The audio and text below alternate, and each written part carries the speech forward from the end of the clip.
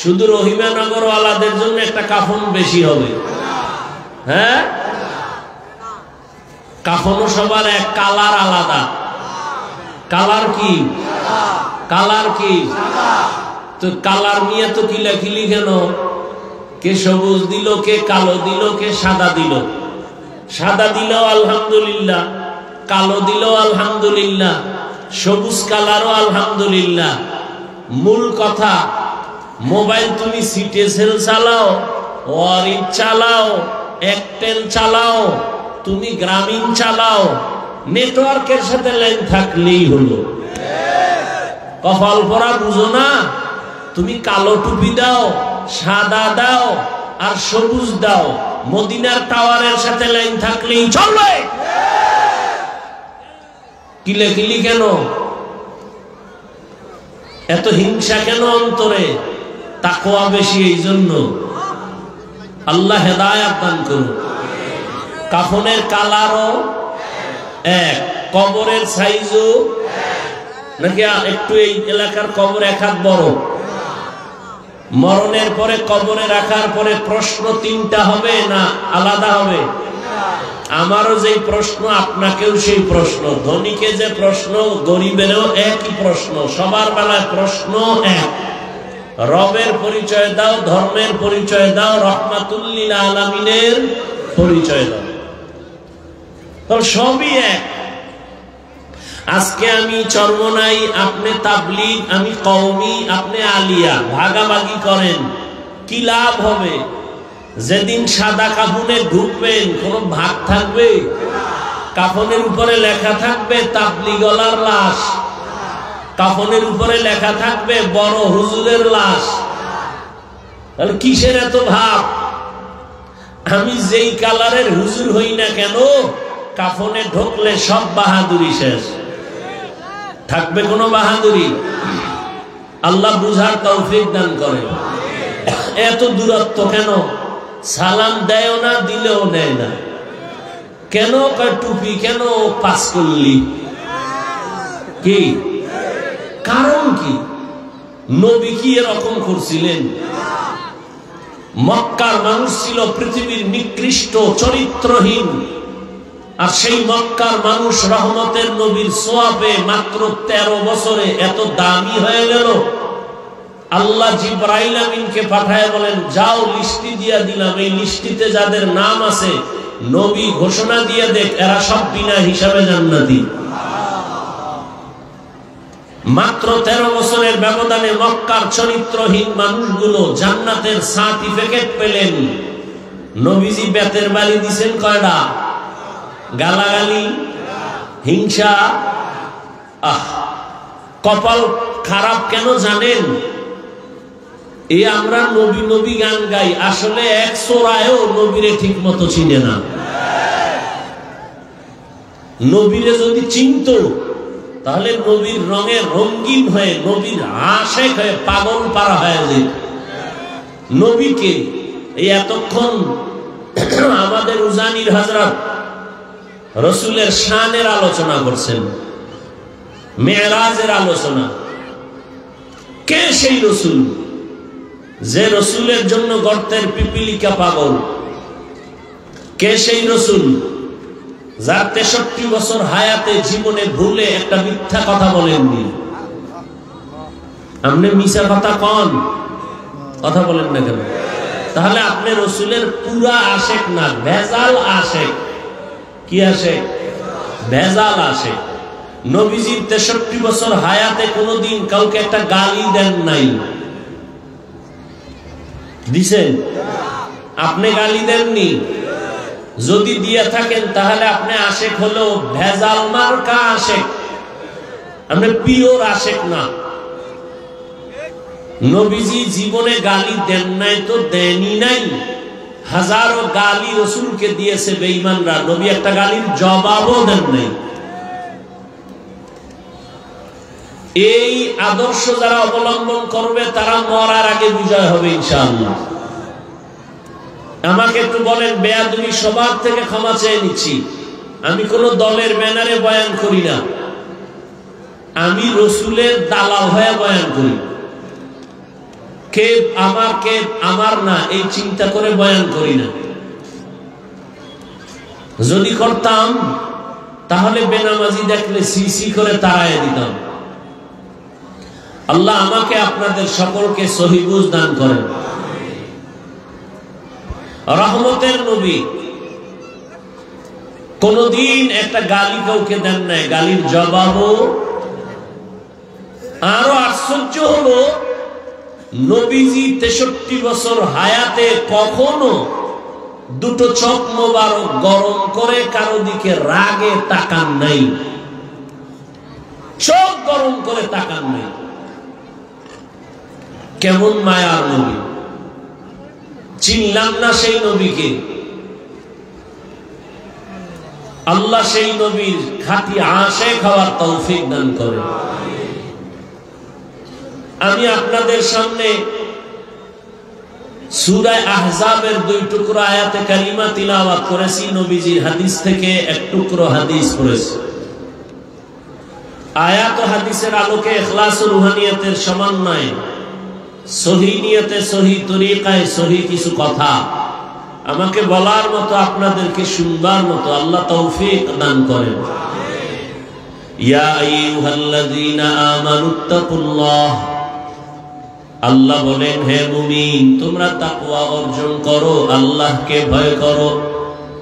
ওয়াকুলু কাওলান সাদীদা, জবানের দ্বারা যা বলো সঠিকভাবে, শালীন ভাষায় বলো, নরম ভাবে বলো। কি লাভ হবে? ইউসলিহ লাকুম আমালাকুম, বিনিময়ে তোমাদের জীবনের টুটা ফাটা আমল আল্লাহ কবুল করে ফেলবেন। ওয়ায়াগফির লাকুম যুনুবাকুম, দ্বিতীয় তোমার জীবনের সব গুনাহ আল্লাহ মাফ করে দিবেন। ومن يطع الله ورسوله فقد فاز فوزا عظيما, যে ব্যক্তি আল্লাহ এবং তার রাসূলের অনুসরণ করবেন, আল্লাহ বলেন তাদের বিজয় হবে চূড়ান্ত বিজয়, অর্থাৎ তারা বিনা হিসাবে জান্নাতি। রহমতের নবী বলেন, মাইয়াজমাল্লি মা বাইনা লাহইয়াইহি ওয়া মা বাইনা রিজলাইহি আজমান লাহুল জান্নাহ। এরে নবীর আশিক, তোমরা যদি দুই জিনিস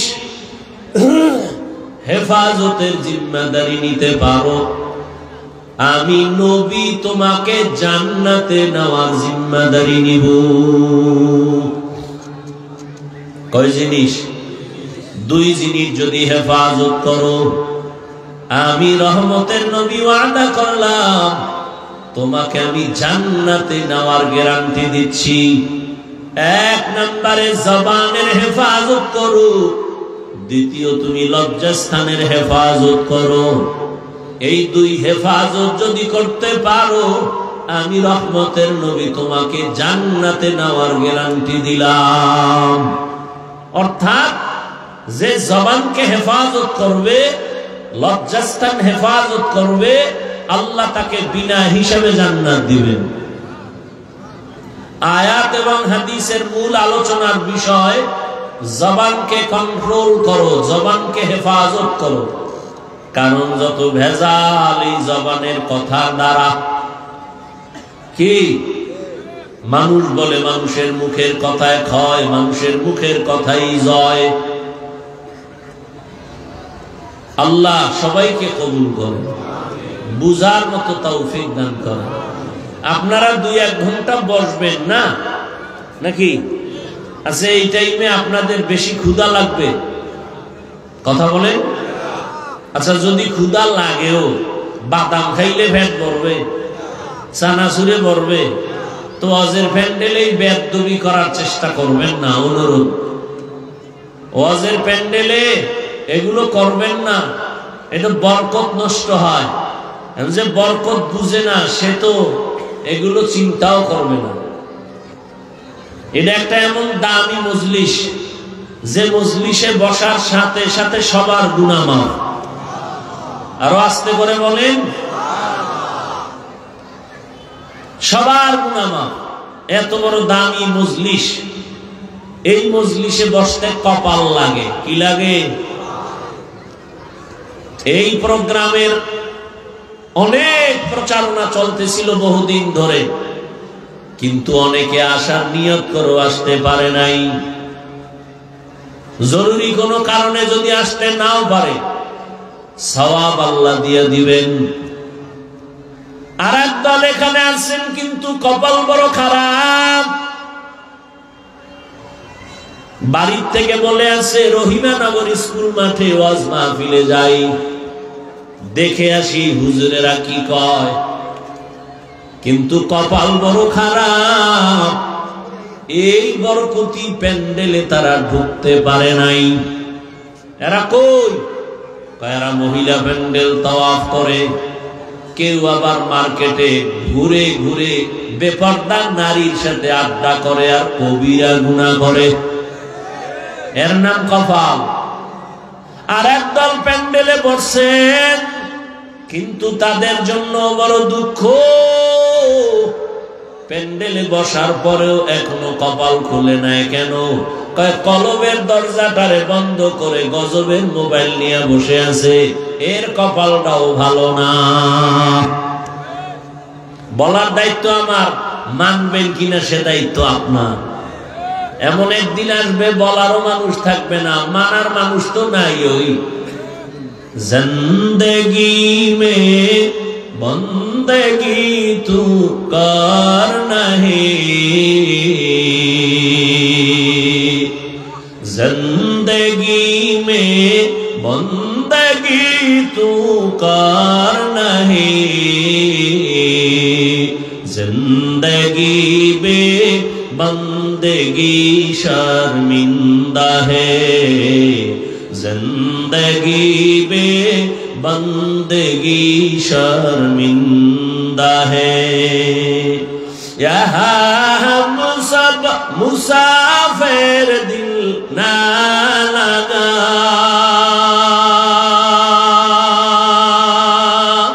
अहले दिल की नजर से रूह करता जा,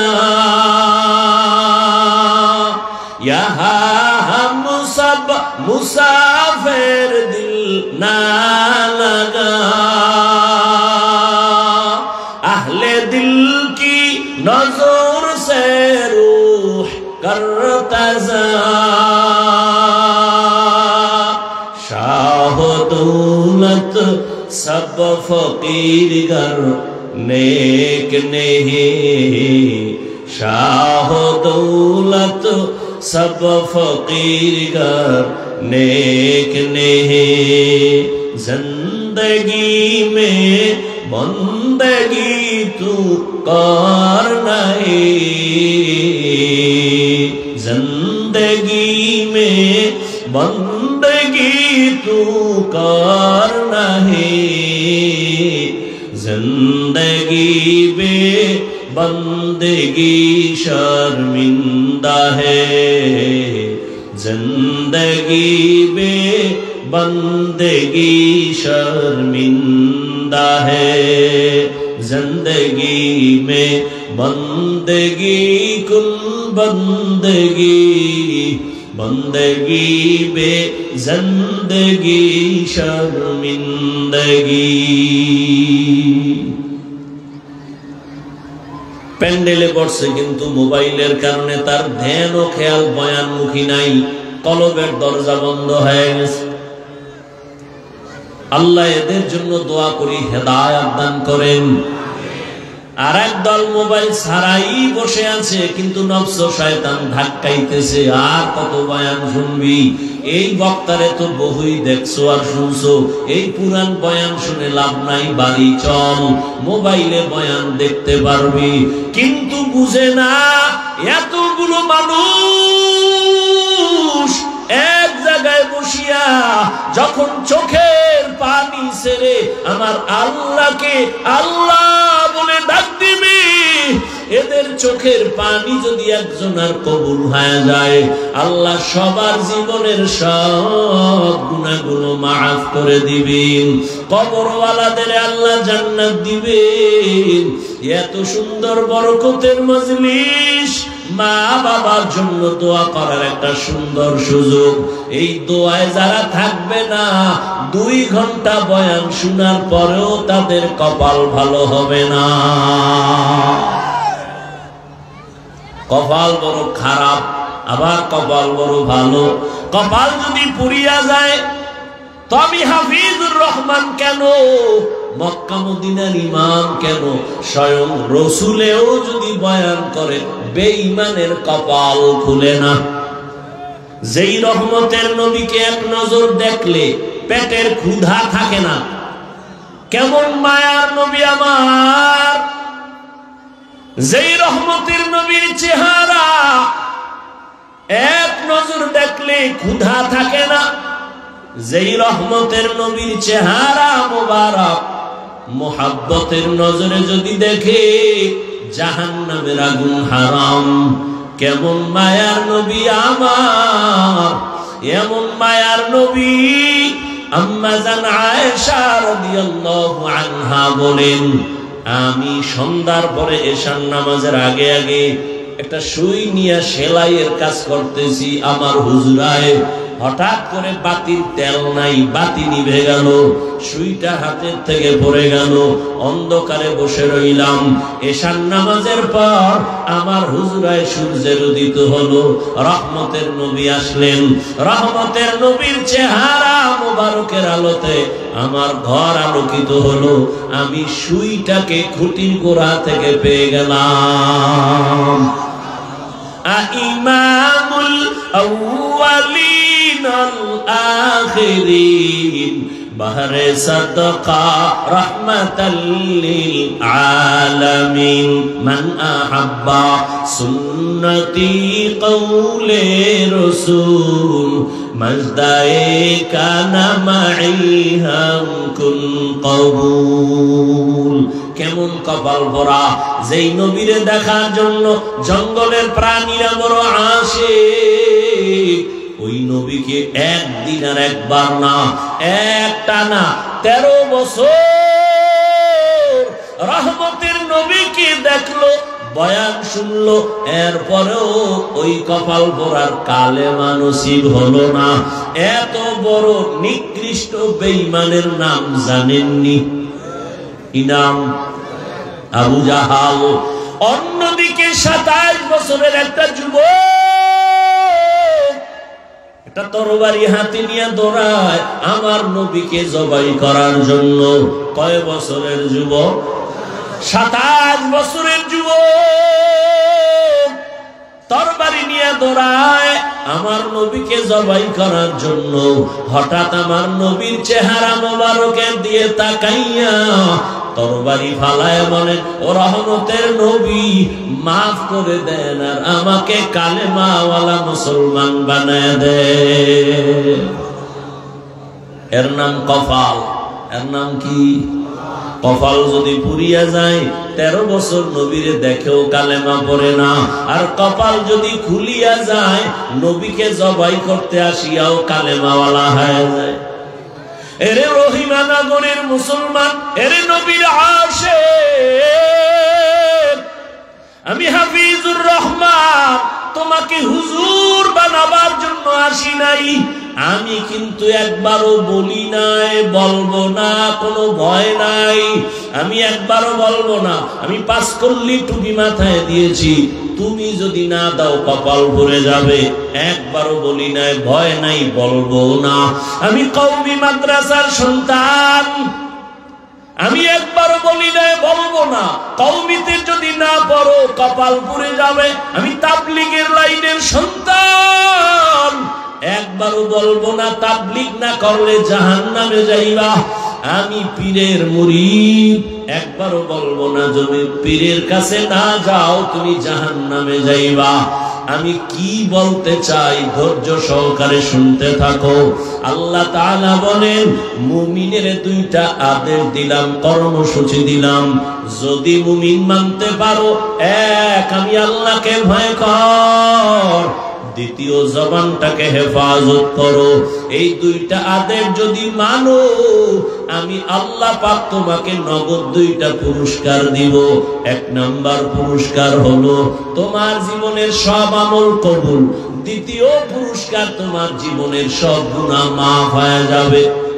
এক, আল্লাহ তাআলা এই কর্মসূচি বেঈমানকে কেন দেন নাই, মুমিনকে কেন দিয়েছেন? এর একমাত্র কারণ, শুধু মুমিনেরাই জান্নাত পাবে, আর কেউ জান্নাত পাবে না।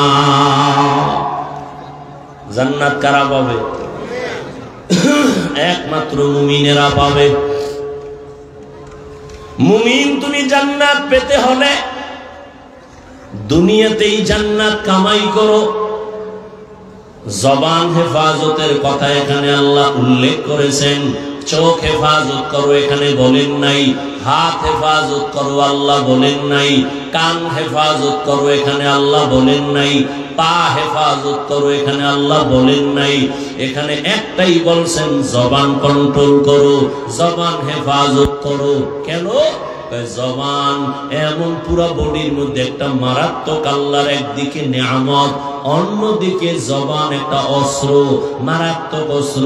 একদিকে আল্লাহর বড় নিয়ামত, অন্যদিকে জিহ্বা নামের অস্ত্রটা মারাত্মক অস্ত্র, ব্লেডের মতো ধার। এবার আসেন নিয়ামত নিয়ে আলোচনা করি 2-4 মিনিট। জিহ্বা নামের নিয়ামত আল্লাহ দান করেছেন। বলে কেমন নিয়ামত? আমি মাউথ সামনে নিয়ে কথা বলি, কথাগুলো মেশিনে টেনে হর্ন দিয়া ইউনিট আমার কথা অনেক দূরে নিয়ে যায়। এরে আল্লাহর বান্দা, দীর্ঘ টাইম মেশিন চলা যাবে না, লিমিটেশন আছে। এর বাইরে চালাতে গেলে মেশিন পুড়িয়ে যাবে, আগুন লেগে যাবে, তারগুলো মাইনাস প্লাস এক হয়ে যাবে। এরে আল্লাহর বান্দা, জিহ্বা নামের মেশিন নাড়াইয়া দুনিয়াতে আসা থেকে আজ পর্যন্ত এত হাজার হাজার হাজার কোটি কথা সাপ্লাই দিলাম। এই জিহ্বা নামের মেশিন কখনো আগুন লাগে নাই, বন্ধ হয় নাই। এরে মাঝে মাঝে গাল ব্যথা করে, ঠোঁট ব্যথা করে, কপাল ব্যথা করে, জীবনে জিহ্বা ব্যথা করে না। এত কথা সাপ্লাই হয়। এই মেশিন কে বানাইছেন? এই মেশিনের চার্জ কেমনে হয়? মোবাইল হাতে নিয়ে কথা বলি, সবাই মোবাইলে কথা বলতেছে, মোহব্বতের আওয়াজ, দীর্ঘ টাইম কথা কথা কথা, হঠাৎ করে মোবাইলের কথা কেটে গেল। বিষয় কি? নেটওয়ার্ক নাই। দেখি না ফুল নেটওয়ার্ক আছে, ব্যালেন্স নাই। তাকায় দেখলাম পর্যাপ্ত পরিমাণ ব্যালেন্স আছে। 4 দিন কথা বললো, আমার ব্যালেন্স শেষ হবে না, তো কথা কেন কাটা গেল? হঠাৎ করে নজর করে দেখি নেটওয়ার্কেরও সমস্যা নাই, ব্যালেন্সেরও সমস্যা নাই, মোবাইলে চার্জ নাই। কি নাই? আবার তুমি মোবাইলে ফুল চার্জ দাও, ফুল চার্জ দিয়া এবার তুমি আবার কথা শুরু করো, আনলিমিটেড কথা বলো, আর কথা কাটবে না। মোবাইলে কথা বলতে বলতে চার্জ শেষ হয়ে যায়, আবার চার্জ দাও, আবার শেষ হয়, আবার চার্জ দাও। জিহ্বা নামের মেশিনটা নাড়াইয়া এই জীবনে 60, 70, 80 বছর পর্যন্ত বান্দা তুমি এত কথা বললা। ওরে বান্দা, একবারও চিন্তা করছনি এই জিহ্বার ব্যাটারির চার্জ কে দিতেছে? এর পেছনে কোন মিস্ত্রি কাজ করতেছে? আল্লাহ এত বড় নিয়ামত দান করেছেন, এই জবানের শুকর আদায় করো। আল্লাহর হুকুম মতো জিহ্বাটারে চালাও, জিহ্বা দিয়া আল্লাহর হুকুমে তোমার জিহ্বা ব্যবহার করো, তাহলেই জিহ্বার নিয়ামতের শুকর আদায় হবে। শুধু জিহ্বা নাড়াইয়া আলহামদুলিল্লাহ শব্দ বললেই হবে না। এই জিহ্বা দ্বারা কোনো গুনাহ করবা না, নেক আমল চালু রাখবা, তো জিহ্বার হক আদায় হয়ে যাবে। জিহ্বা বড় দামি, বড় নিয়ামত। আল্লাহ এমন একটা নিয়ামত দান করেছেন, একটা প্লেটের মধ্যে খানা নিছেন, খাবেন, হাত দিয়া খানাটারে অনেক তদন্ত করলেন, প্লেটের খানার মধ্যে কোনো ঝামেলা আসেনি। এদিকের সাউন্ড কমলো কেন? বাম দিকেরটা প্লেটের খানা তদন্ত করে দেখতেছেন, খানা বন্ধ, খানা খাইবেন, খানার মধ্যে কোনো ময়লা, চোখ বলে নাই, হাত বলে খানা ফ্রেশ, সব রেডি করে খানা। এখন আপনি লোকমা একটা রেডি করছেন, লোকমায় কোনো ভেজাল নাই, চোখ বলে ঠিক আছে, হাত বলে ঠিক আছে, হাত আর চোখের সিকিউরিটি আমি আওয়াজ পাইয়া লোকমাটা যখন মুখের মধ্যে দিলাম, লোকমাটা মুখের মধ্যে দেওয়ার পর আল্লাহর দেওয়া জিহ্বাটায় বাড়ি দিয়ে কয় দাঁড়া, লোকমা ভিতরে নিস না, লোকমার মধ্যে ভেজাল আছে, যেই ভেজাল তোর হাতে ধরতে পারে নাই, যেই ভেজাল তোর চোখ ধরতে পারে নাই, ওই ভেজাল জিহ্বায় ধরে ফেলেছে। লোকমার ভিতরে কয়েকটা চিকন চুল আছে, এটা চোখ দেখে না, হাত দেখে না, জিহ্বায় বের করে ফেলেছে। কাদের কুদরত দাবি বরকামাল, আনতা রব্বি আনতা হাসবি যুল জালাল, তুহি কাদের জলিলুল্লাহ জাহাদার, বহর হালে তুহি মেরা নিগাহদার। জিহ্বা বড় এক নেয়ামত, আল্লাহ এই নেয়ামতের কদর করার তৌফিক দান করেন। আরো আস্তে করে বলুন। এবার আলোচনা করি, জিহ্বা বড় একটা অস্ত্র। বলে কেমন অস্ত্র? মারাত্মক অস্ত্র। হাদিস শরীফে রহমতের নবী বলেন, প্রতিদিন সকালবেলা সব অঙ্গ প্রত্যঙ্গ জিহ্বা থেকে পানাহ চায়।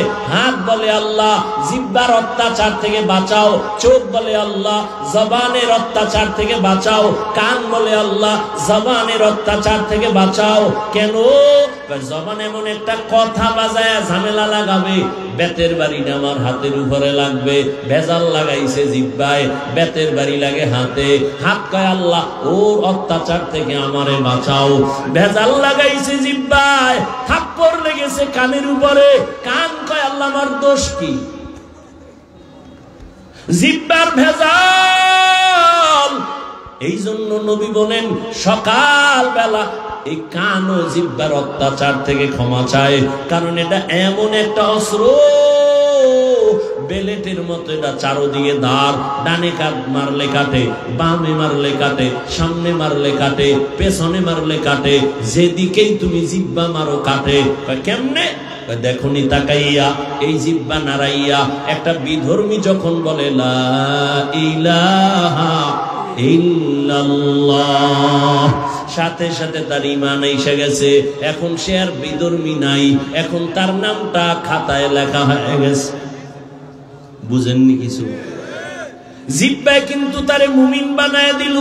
আবার এই জিহ্বা লড়াইয়া কয় আল্লাহ মানি, নবী মানি, কোরআন মানি, হাদিস মানি, তবে মদিনার নবীর রাজনীতি মানি না। ঈমান কয় আমি চলে গেলাম। জিহ্বার এক কথায় মুমিন আর এক কথায় বেঈমান। হ্যাঁ, আল্লাহর নবী রাষ্ট্র পরিচালনা করেছেন, সুলাইমান নবী গোটা দুনিয়া শাসন করেছেন, এই ইউসুফ নবী মিশরের অর্থমন্ত্রী ছিলেন। এই ঘটনা কি কোরআনে নাই? রাষ্ট্র পরিচালনার বিষয় আল্লাহ সমাধান কোরআনে দিয়েছেন। আবু বকর রাষ্ট্র চালাইছেন, ওমর রাষ্ট্র পরিচালনা করেছেন, ওসমান রাষ্ট্র পরিচালনা করেছেন, আলী রাষ্ট্র পরিচালনা করেছেন রাদিয়াল্লাহু আনহুম আজমাইন। দেখা গেছেন রাষ্ট্রের ব্যাপারে ইসলাম মানুষকে যেই গ্যারান্টি দিতে পারে, শান্তি দিতে পারে, দুনিয়ার কোন ধান্দাবাজি আর চান্দাবাজিরা দিতে পারবে না। দুনিয়ার রাজনীতি চান্দাবাজি, ধান্দাবাজি। এরে যুবক, কার পিছনে ঘুইরা ঘুইরা দাড়ি কামাইছো? কার পেছনে কি পাওয়ার আশায় নামাজ ছেড়ে দিছো?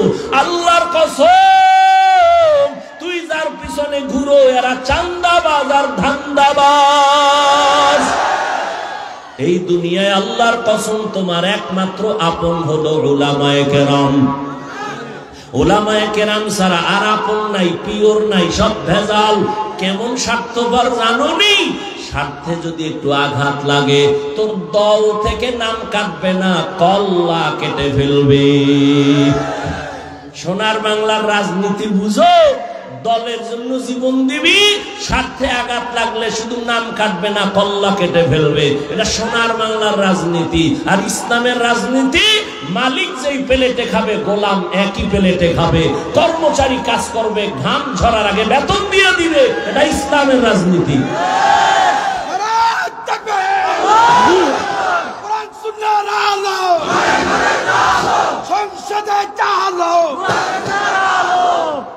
তাহলে যদি বলে আমি আল্লাহ মানি, কোরআন মানি, সব মানি, তবে রাষ্ট্রের ব্যাপারে রাজনীতি মানি না, ওই বান্দার ঈমান আর থাকবে না। রাজনীতি করি না এক কথা, মানি না বেঈমান হওয়ার কথা। নামাজ আমি পড়ি না এক কথা, নামাজ আমি মানি না বেঈমান হওয়ার কথা। ব্যবধান আছে না? দাড়ি রাখি না মুমিনের কথা, রাখতে পারে না ঝামেলা। দাড়ি পছন্দ করি না বেঈমান হওয়ার কথা। শুধু একটা কথা, ভেজাল গুলো লাগায় কে? হ্যাঁ, জবান। এই জিব্বা নাড়াইয়া রহিমানগর কলেজের গেইটে এক যুবক ডানা কাটা একটা বড়িরে লইয়া কয়, দুইজনের সামনে বলে তুই কবুল কইলে আমি রাজি, তোরে বউ বানাবো। মাইয়া বলে আমি কবুল করে ফেললাম। দুইজনের সামনে এটা বউ হয়ে গেছে, হইছে নি? আবার এই জিব্বা নাড়াইয়া যদি কয় আমার বউ তুই তালাক, লাগছিনি ভেজাল? এই ভেজাল গুলো লাগায় কে? জিব্বা নামের অস্ত্র বড় মারাত্মক। এই জিব্বা নাড়াইয়া বিচারপতি চেয়ারে বসিয়া ফাঁসির আসামিকে বলে তুমি খালাস। ফুলের মালা গলায় পরিয়া বাড়ি যায় হাসতে হাসতে। আবার এই বিচারপতি জিব্বা নাড়ায় বাম দিকে তাকায় কয় নিরপরাধের পুলিশ হ্যান্ডকাপ লাগাও। নিরপরাধ লোকটা আসামির কাঠ গড়ায় দাঁড়ায় যায়। এই জিব্বা এমন একটা অস্ত্র, এই জিব্বার কথায় পরিচয় দেয় আমি মানুষ। এই জিব্বার কথাই পরিচয় হয় আমি একজন আলেম, আমি ভালো না খারাপ। আমার হাত আমার পরিচয় দেয় না, চোখ আমার পরিচয় দেয় না, কান আমার পরিচয় দেয় না। আমি মানুষ না গরু, আমি ভালো না খারাপ, আমি আলেম না জালেম। পরিচয় দেয় আমার জবান, আমার কথা, আমার কথায় পরিচয় দেয়। এজন্য মানুষ বলে ব্যবহারে বংশের পরিচয়। ব্যবহারে বংশের পরিচয়, যদিও কথাটা অসম্পূর্ণ একটা কথা, তারপরও গ্রামের মানুষ মুরব্বীরা বলে এই জবানটারে কন্ট্রোল যদি করতে পারো জীবনটা তোমার ধন্য হয়ে যাবে। এটা কিন্তু বড় অ্যাডভান্স চলে, মারাত্মক অ্যাডভান্স। এটারে আটকানো যায় না। হাত অন্যায় করে রশি দিয়ে বেঁধে দাও, অন্যায় করবে না। পা অন্যায় করে রশি দিয়ে বেঁধে দাও, অন্যায় করবে না। করবে? পাঠানের বাড়ি চোর ঢুকছে, কি ঢুকছে? তো চোরের ধইরা পাঠান, যে ঢুকছে হেও পাঠান, যার বাড়ি ঢুকছে হেও কি পাঠান। ধইরাই খুঁড়ির লাগে বাইন্দা পাও দুইটারে থানায় গেছে কচুয়া গিয়া কয় স্যার চোর একটা ধইরা বাইন্দা ফেলাইছে। কেমনে বাঁধছো? পাও দুইটা খুঁড়ির লাগে বাইন্দা দিছে। হাত বাঁধছো? কেন হাত বান্ধিনি। তুমি কি পাগল নাকি? চোরাই তো রশি খুইলা চলে যাবে।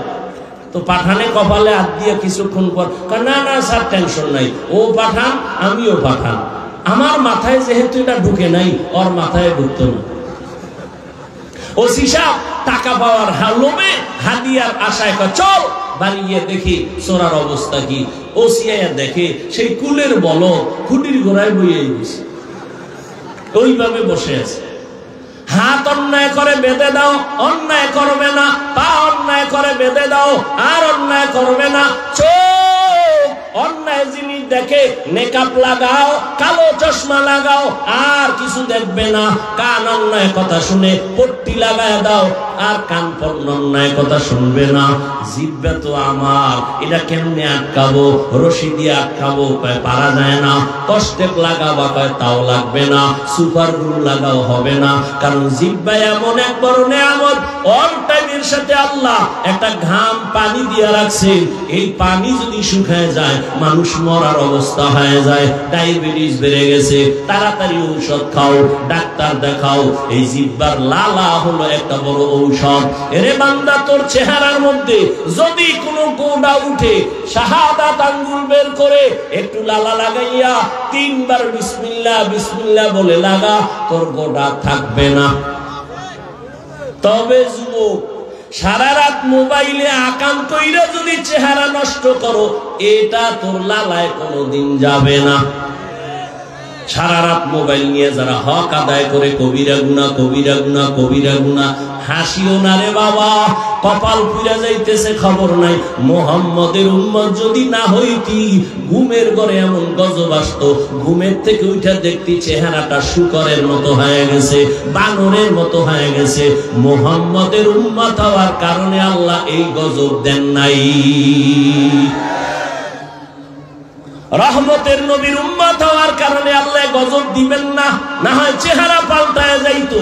কারণ একটা ঘরের মধ্যে 5টা রুম, এক রুমে মাইয়া, আর এক রুমে ছেলে, আর এক রুমে মা বাবা, সবাই মোবাইলে সারা রাত জেনা জেনা জেনা জেনা, সারা রাত জেনা চলে, চোখের জেনা, কানের জেনা, জবানের জেনা, সারাটা রাত মোবাইলে কবিরা গুনাহ চলে ঘরের মধ্যে। মুহাম্মদের উম্মত যদি না হইতি, ঘুমের মধ্যেই ঠাড়া পড়তো। আল্লাহ নবীর উম্মতের কারণে, নবীর মোহাব্বতে আল্লাহ পাক এই বিপদ দেন নাই। কারণ নবী তো নবী, কেমন নবী? মূসা নবী আল্লাহর বন্ধু, ঈসা নবী আল্লাহর বন্ধু, ইব্রাহিম নবী আল্লাহর বন্ধু, ঈসা নবী আল্লাহর বন্ধু, দাউদ নবী আল্লাহর বন্ধু, ইউসুফ নবী আল্লাহর বন্ধু, সুলাইমান পয়গম্বর আল্লাহর বন্ধু, নূহ আলাইহিস সালাম আল্লাহর বন্ধু। আপনার আমার নবী, রহমতের নবীও আল্লাহর বন্ধু। ব্যবধানটা কোথায়? সব নবী রাসূল আমার আল্লাহ তাআলার আশিক, আর আমার আল্লাহ হলেন মুহাম্মদের আশিক। ব্যবধান আছে না নাই? রহমতের নবীর আশিক আমার আল্লাহ নিজে। এজন্য নবীর উম্মতের ইজ্জত নষ্ট করবেন না, আল্লাহ ইজ্জত হেফাজত করবেন যতটুকু সম্ভব। এই জন্যই তো আল্লাহ পাক নবীর উম্মত হওয়ার কারণে চেহারাটা পরিবর্তন করেন না। এরে আল্লাহর গোলাম, জবানটা কষ্টের দিয়ে আটকানো যাবে না। এখন এই জবানটারে কন্ট্রোল কেমনে করি? এটা আমার ইচ্ছার বাইরে চলে। হাতেরে আটকান যায়, জবান আটকান যায় না। এটা আমার থেকে অ্যাডভান্স। আমি ঘুমাইয়া মইরা গেছি, জিহ্বা আমার আগে চলে, ঘুমের ভিতরেও চলতেছে। একজনে ঘুমায় ঘুমায় মন্ত্র পড়ে, হেঁটে দিবে না কি কইতেছে। সকালবেলা বন্ধু ডাক দিছে, ও কাঁচা ঘুমের মধ্যে যখন ডাক দিছে, ও কাঁচা গালি শুরু করছে, ও দৌড়, তোর বন্ধুর গুল্লি মারি। ঘুমের থেকে ওইটা 10টার সময় মোবাইল করছে, বন্ধু তুমি কোথায়? তোর সাথে কথা নাই। কেন? ঘুমের মধ্যে যে গালি দিছ, এটি আসমানেও নেয় না, জমিনেও নেয় না। কাস্তাক ফিরলাম, কি গালি দিলাম? যে গালি দিছে জীবনে আমার কেউ দেয় নাই। আমি ঘুমের ভিতরে কি বলছি জানা নাই। আমি ঘুমে মইরা রয়েছি, কিন্তু জিহ্বা আমার সচল, ও আমার আগে চলে। এটারে কন্ট্রোল কেমনে করি? আল্লাহ কয়, রে গোলাম, জিহ্বা নামের মেডিসিনটা, অস্ত্রটা দুনিয়ার কোন মেডিসিন দিয়া কন্ট্রোল করা যাবে না। আমি আল্লাহ কুদরতের একটা মেডিসিন দিলাম, এটা যদি ব্যবহার করো জিহ্বা কন্ট্রোল হয়ে যাবে। আমার দেওয়া কুদরতের মেডিসিনের নাম হলো তাকওয়া। हर के दारत खौफ हक दौर दिल मदम जन्नतुल मअवा देहद राम काम जुज़्बा हक ची जे मखाज इंसु जा फजले उआ मस्त दर जुमला जहां। एरे अमार कलिजार जुबक কয়দিন আর যৌবনের বাহাদুরি করবা? হায়াতটা দেখতে দেখতে তোমার মাঝামাঝি অবস্থায় চলে আসে। 30 বছর যদি হয়ে থাকে, মুহাম্মদের উম্মতের হায়াত 70-এর বেশি না গড়ে, তাহলে তোমার আর বাঁচলে আর 30, কিন্তু বাঁচবা না গ্যারান্টি নাই। কারণ ইদানিং কালে বেশি মরে সুস্থ মানুষ আর যুবক। করোনায় লাশ যুবকের, ছাত্র জনতার বৈষম্য বিরোধী আন্দোলনে যুবকের লাশ, ডেঙ্গুর মধ্যে যুবকের লাশ, হসপিটালে যাও যুবকের লাশ, গাড়ির চাকার তলে যুবকের লাশ, পানির নিচে যুবকের লাশ, ঘুমের বিছানায় যুবকের লাশ। এরে নবীর আশিক উম্মতের দল, ও আমার যুবক বাবারা, তোমার দ্বারাই তো সম্ভব এই দুনিয়াটাকে আলোকিত বানানো সেই মেধা আল্লাহ তোমাকে দান করেছেন, কিন্তু যৌবনটারে নষ্ট করে ফেলেছো, চরিত্র পর্যন্ত নষ্ট হয়ে গেল, লেখাপড়াও নাই। একটা মোবাইলকে কেন্দ্র করিয়া তোমার জীবনের সব শেষ, লেখাপড়া শেষ, চরিত্র শেষ এই মোবাইলের কারণে। এই যুবকেরা, মহাপণ্ডিত আকাম করো আর মনে করো বুজুর্গ। শুন, বাসায় যাই আজকে মোবাইলটা খুইলা গুগলে সার্চ দিবি, টাচ মোবাইল দেখলে শরীরের অঙ্গ প্রত্যঙ্গের কি কি ক্ষতি হয় আমি বলে দিই, বাসায় গিয়ে মিলাই দেখবি। মোবাইলের কারণে কিডনি ড্যামেজ হয়, মোবাইলের কারণে ব্রেন কমে যায়, মোবাইলের কারণে হার্ট দুর্বল হয়, মোবাইলের কারণে তোমার চোখের পাওয়ার থাকে না, কানের পার্স নষ্ট হয়, তোমার সব কিছু নষ্ট হয়ে যাচ্ছে এই মোবাইলের কারণে।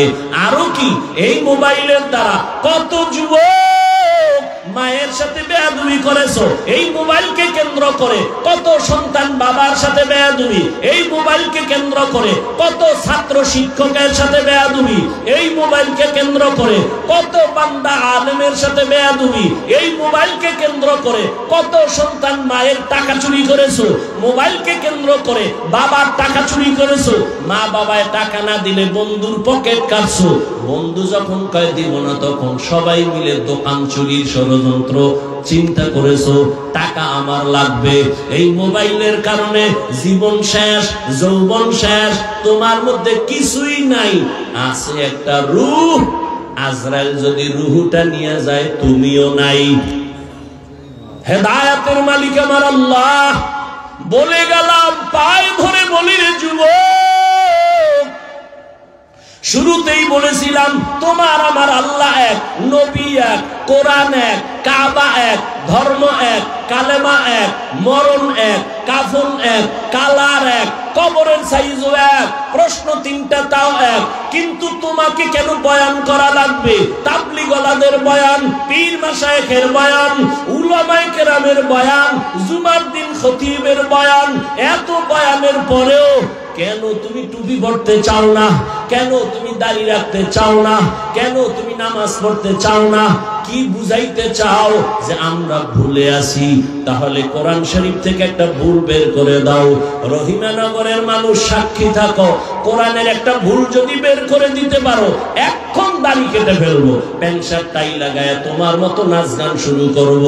আর যদি রহিমানগরের যুবক বাবারা বলো না হাফিজ ভাই আপনারা উলামায়ে কেরাম সঠিক লাইনে আছেন, আমরা শয়তানের ধোকায় পড়িয়া আমরা সঠিক লাইনে নাই, গুনার পথে আছি, আমি তোমাকে গালি দিব না, বরং বিনয়ের সাথে বলবো ও আমার যুবক, যদি তুমি পা দুটো আগাইয়া দাও আমি নিচে নেমে তোমার পায়ে ধরে বলবো দাড়ি কেটে আর নবীর কষ্ট দিও না রে যুবক।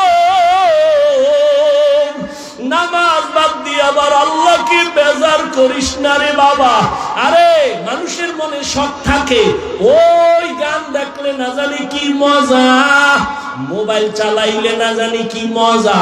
এই মজা নিছো না, এবার একটু তওবা কর। আমরা তো একবারও নিতে পারি নাই, বড় এখন থেকেই কন্ট্রোল করে আসছি, ছোটবেলার থেকেই কন্ট্রোলে নিয়ে আসছি। এরপর বারবার ক্ষমা চাই, দোয়া চাই, আল্লাহ চোখের মোবাইলের গুনাহ থেকে বাঁচায় দাও। আর তুমি তো মোবাইলের গুনাহ করছো, মনে চাইছে পার্কে দৌড়াবি গেছো, আর কত? এবার পায়ে হাত রেখে বলি ফিরিয়া আসো। ওরে জীবনে তো কম নামাজ ছাড়ো নাই, আরো কি ছাড়বা? এখনো কি তোমার আশা পূরণ হয় নাই? আর কতদিন নামাজ বাদ দিলে তোমার আশা পূরণ হবে? তারপরে তুমি তওবা করবা। জীবনে তো দাড়ি কম কাটো নাই, আর কতদিন দাড়ি কাটলে তোমার মনের আশা পূরণ হবে? তারপরে তুমি তওবা করবা। আর কত জীবনে মাইয়ার চরিত্র নষ্ট করলে তোর মনের আশা মিটবে, তারপরে তওবা করবি। আর কতবার বেপরদায় চললে, পার্কে পার্কে ঘুরলে মনের আশা মিটবে, তারপরে তওবা করবা। বলো, এবং এটাও বলো তোমার হায়াতের আর বাকি আছে কতদিন? নাই, হায়াতের বাকি নাই। চোখের সামনে শুধু লাশ আর লাশ। অনুরোধ করে বলছি রে যুবক, জীবনে তো মনের আশা পূরণ করে গুনাহ কম করো নাই, এখন থেকে তওবা করে নাও। ওরে আল্লাহর বান্দা, আমি তোমাকে বলি না স্কুল বন্ধ করে মাদ্রাসায় যাও না, খবরদার, কোনো দরকার নাই। আমাদের মাদ্রাসায় হুজুরের অভাব নাই, আলেমের অভাব নাই। আমার দেশে আলেম অনেক বেশি, মুফতি অনেক বেশি, মুহাদ্দিস বেশি। আমার দেশে এখন অভাব হলো ভালো ডাক্তার নাই, ডাকাত আছে ডাক্তার নাই।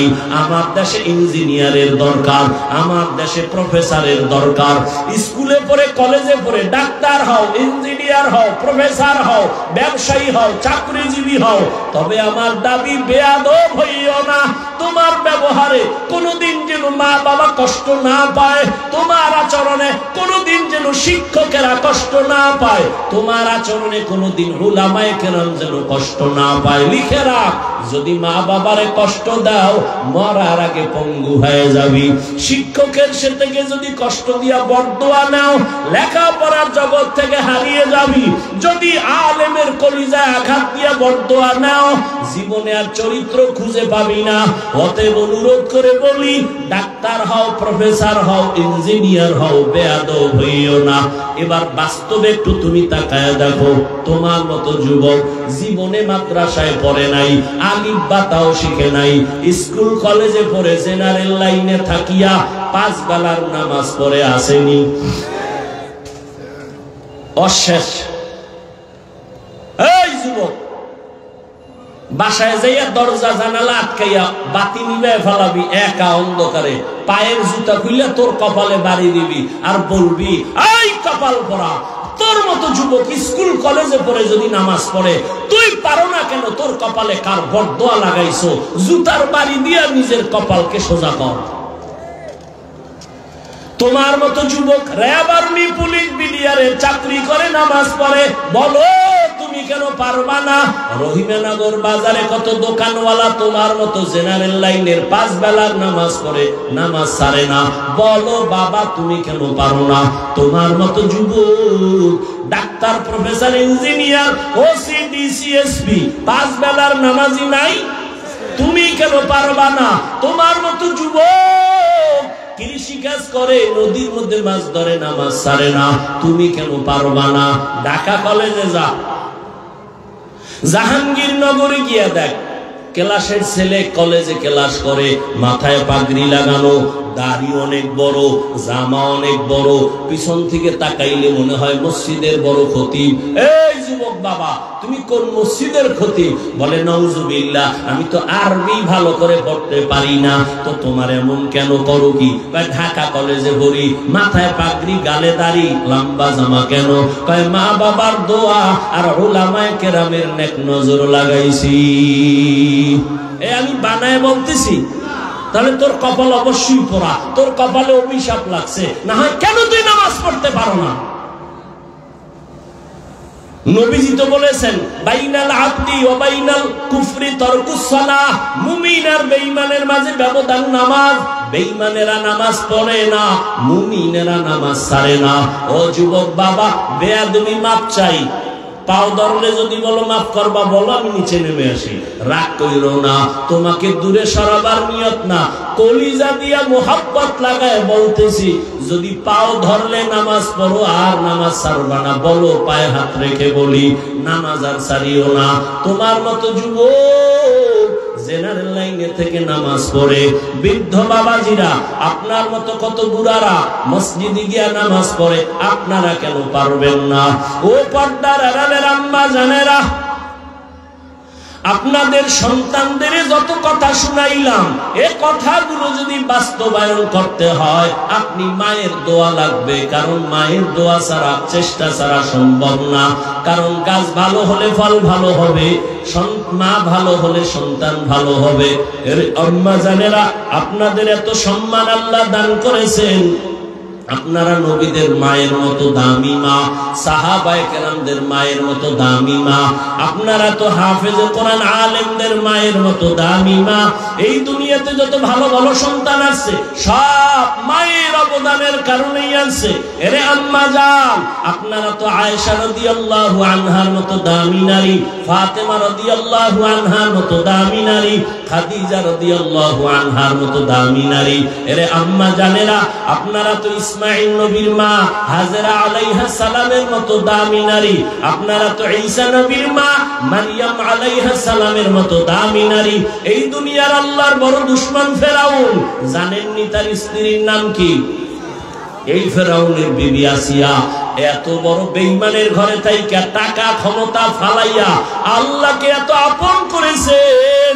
রহমতের নবী বলেন, কিয়ামতের দিন আসিয়ার সাথে আমি মুহাম্মদের সাথে বিবাহ হবে। আরে আম্মা জানেরা, আপনার স্বামী তো ফেরাউনের মতো খারাপ না। আপনি কি পারতেন না স্বামীটাকে বুঝাইয়া নামাজি বানাবেন? আপনিও নামাজ পড়ে দোয়া করবেন, ও আল্লাহ আমার স্বামী এত কষ্ট করে, তুমি তার কষ্টে বরকত দাও, রুজিতে বরকত দাও, স্বামীকে তুমি হেফাজত করো। ঘরে আসলে বুঝাইতেন, নামাজের কথা বলতেন, আর বুঝাইতেন স্বামী মা বাবার মায়া ছাড়িয়া তোমার সংসারে আসি, তোমার কাছে আমার দাবি জীবনে কোনোদিন হারাম টাকা কামাই করবা না, হারাম মাল ঘরে আনবা না, হারাম খাইয়া আমাদের রক্ত সন্তানের রক্ত নাপাক করতে দিব না। মা যদি বুঝাইতেন, কোন স্বামী হারাম মাল ঘরে নিতে পারতো না। এরে আম্মা জানেরা, আপনার মতো কত মা এই এলাকায় এখনো খুঁজলে পাবেন, বেপরদায় চলে না, নামাজ ছাড়ে না, মোবাইলে সময় নষ্ট করে না। আপনার মতো বহু মা স্বামীর মাল হেফাজত করে, সন্তানকে আদর্শওয়ালা বানানোর মেহনত করে। আপনি কেন পারবেন না? এখন থেকে তওবা করেন, আর নামাজ ছাড়বেন না, বেপরদায় চলবেন না, মোবাইলে সময় নষ্ট করবেন না, স্বামীর মালের খেয়ানত করবেন না, সন্তানগুলো আদর্শওয়ালা বানাবেন।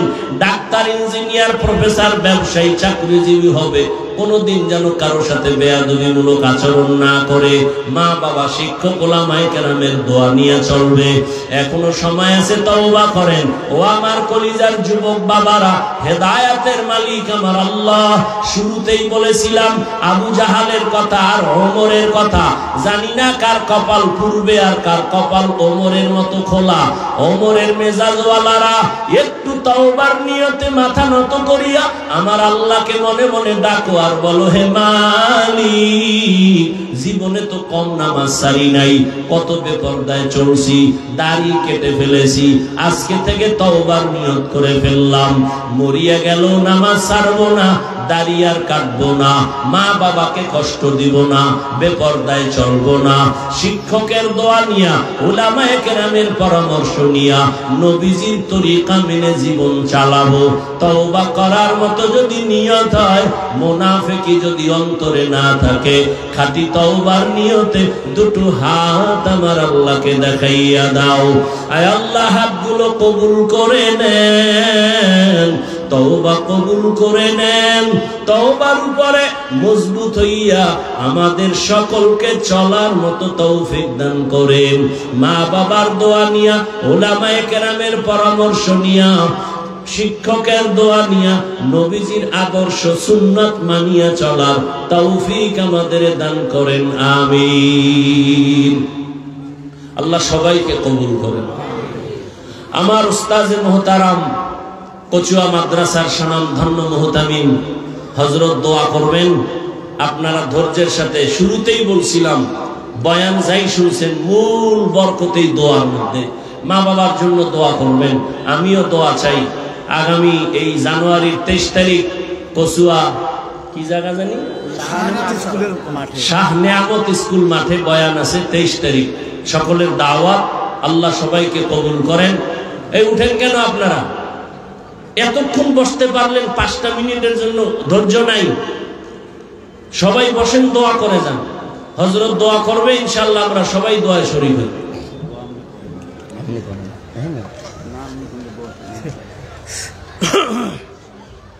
আলহামদুলিল্লাহ, বয়ানের আর জরুরত নাই, যেই পরিমাণ বয়ান হয়েছে আমলের দরকার।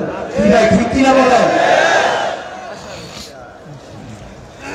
আসলে আমল ছাড়া উপায় নাই, আমল ছাড়া ইমান আমল। সবাই বলি শিরিক মুক্ত ইমান, সবাই বলি বেদাত মুক্ত আমল, সবাই বলি বেদাত মুক্ত আমল। আজকের মাহফিলের মাকসাদ উদ্দেশ্য এটাই, আমরা সকলে যেন আল্লাহর গোলাম হয়ে দুনিয়াতে চলতে পারি আর নবীর উম্মত হয়ে কবরে যেতে পারি। নিয়ত করতে পারি না? যে আলহামদুলিল্লাহ ওলামায়ে কেরাম যে সুন্দর কোরআন হাদিসের আলোকে অনেক ব্যাখ্যা নিয়ে কথা বলছেন, অনেক ব্যাখ্যা নিয়ে কথা বলছেন। আল্লাহ পাক আমাদের সকলকে আমল করার তৌফিক দান করেন এবং আমরা সকল মতভেদ ভুলে সকল, উনিকে বলছেন আল্লাহ এক, কলমা এক, নবী এক, কিতাব এক। আসলে শয়তান আমাদেরকে এক থাকতে দেয় না। আমরা যদি আল্লাহ আল্লাহর কথা শুনি তো শয়তান কিছু করতে পারবে না। ঠিক কি বলে? আমরা কি এক হতে চাই? সারা পৃথিবীর বিজাতিরা অস্থির, বাংলাদেশে তো আলেম কেন, এত ছাত্র কেন? এই জন্য বিভিন্ন ভাবে বাংলাদেশের মুসলমানকে আপনাদের দণ্ড লাগালেন। ঠিক কি বলে? এই জন্য আমরা নবীর সুন্নত নিয়ে চলবো। নবীর কি নিয়ে? নবীর সুন্নত হলে নবীর আশিক হওয়া যাবে। আজকাল তো অনেক বাইরে জোহরের আগে সুন্নত লাগে না, জোহরের পরে সুন্নত লাগে না, এরকম জুমার আগে সুন্নত লাগে না, জুমার পরে সুন্নত লাগে না, আবার এরকম ভাবে তারাবি 8 রাকাত পড়লেও হবে। কি ভাই বাইরে ছিল না? আমরা নবী বলছেন আলাইকুম বিসুন্নতি ওয়া সুন্নাতিল খুলাফায়ে রাশিদিন মাহদিয়িন। নবী বলছেন তোমরা আমার সুন্নতকে আঁকড়ে ধরো, হ্যাঁ, এবং আমার খুলাফায়ে রাশিদিনের সুন্নতকে আঁকড়ে ধরো। সাহাবায়ে কেরাম সকল নবীর সুন্নতগুলোর উপরে আমল করছে। কি ভাই করছে কি করেনি বলেন? তাহলে আমরা নবীর সুন্নত ছাইরা নবীর কাছে যেতে পারবো? আমার কি বলেন কাছে যেতে পারবো? কখনো না, কখনো না। এটা নবীর থেকে আল্লাহ থেকে বান্দাকে সরানোর চেষ্টা করতেছে। এই জন্য আমরা যুবক ভাইদেরকে বেশি বলছি, আমরা সৌদি আরব যাই, আরব দেশে যাই, সেখানে যাইয়া কিছু দেখে এখানে আইসা এগুলোর উপরে শুরু করি না। না না, আমরা বাংলাদেশের মধ্যে এত আমল পৃথিবীর আর কোনো দেশে নাই। ঠিকই বলেন? যেহেতু বাংলাদেশের ওলামায়ে কেরাম তারা জান দেওয়ার জন্য সবসময় প্রস্তুত থাকে, তারা অর্থের দিকে তাকায় না, তারা থাকে আল্লাহ রসুলের দিকে। ঠিকই বলেন? এই জন্য আল্লাহ আমাদের সকলকে যেন আল্লাহ পাকের হুকুমগুলি, নবী পাকের পাকিজা তরিকায়, নুরানি তরিকায় যেন চলার তৌফিক দান করেন। সবাই বলে আমিন। এবং মাশাআল্লাহ উনি যে আলোচনা করছেন, আল্লাহ ওনাকে অনেক হায়াত দান করেন এবং এই রহিমানগর ব্যবসায়ী ভাইদের কিন্তু অনেক বড়, তারা যে উদ্যোগ নিয়েছেন সবসময় মাহফিল করার জন্য। আপনারা কি সবাই একমত? আল্লাহ তাআলা এই যুব সমাজদেরকে, যুবক ভাইদেরকে, ব্যবসায়ী ভাইদেরকে আল্লাহ তাআলা যেন ওনাদেরকে দ্বীনের জন্য কবুল করেন। সবাই বলি আমিন। ওই আজহার আব্দুল রাশিদ খুব অসুস্থ, উনি দোয়া চাইছে, আমরা দোয়া করি আল্লাহ ওনাকে সুস্থতা দান করেন।